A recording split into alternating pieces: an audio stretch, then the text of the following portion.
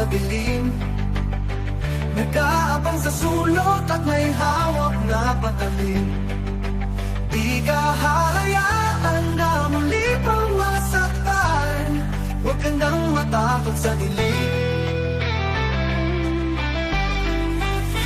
Ito'y kwentong hango nang galing sa dalawang taong nagmamahalan ng tunay ang alay Elsa at Lano. At kahit parang pagkakataon ay nakakandalo, dahil magkalayo ang uri ng buhay ang estado. Ng buhay ni Lano ay di nalalayo sa marami. Sinunog ng araw ang kulay ng balat at marami ng galon ng pawis ang kanyang naigilid sa lupa, upang ang butong ay di na masuklian pa ng luha. Habang ang babaeng kanyang minamahal ay sakalang, ngunit kabilang sa pamilya na di alintanang makikipagkapwa-tao sa mga tulad ng duha. Gayon pa may patuloy ang pagmamahal na pinula ng pag-ibig. Huwag kang mabahala, may nagbabantay sa dilim. Nag-aabang sa sulok at may hawak na patalim. Di ka hahayaan na muli pang masaktan. Huwag ka nang matakot sa dilim.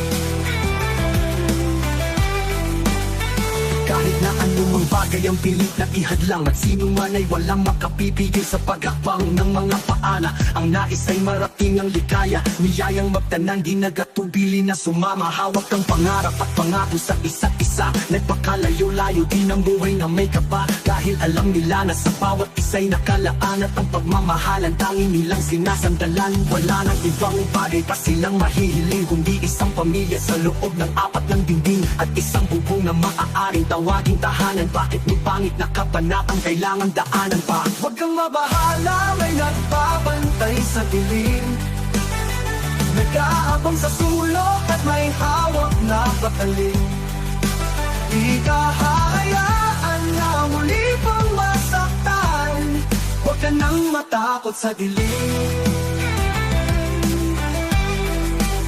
Isang gabi na Huwebes, lumubog na ang araw. Doon tayo magkita pa sa lubong ko syopa, upang ating paghatian pagdating ng hapunan. Meron palang nakaabang sa amin na kamalasan. Nita sa ermita, may sumaksak kay Elsa. Sa tagiliran, isang makalawang na laseta, ang gamit upang makuha lang ang kanyang pitaka. Kami mahirap lamang, bakit di na siya naawa? Hindi ko naabutang buhay ang aking mahalin, at hanggang sa huling hantungan ay nagdarasal. Bakit po ang laging lumalabas sa aking bibig? Palaboy-laboy ni walang landas. Akong sinusunod baliw sa mata ng marami. Siguro nga di ko nakilala ang aking sarili. Pangalay taong rasa, may patalim na gamit, at ang tanging alam ay isang malungkot na awit. At ang sabi, huwag kang mabahala, may nagbabantay sa dilim.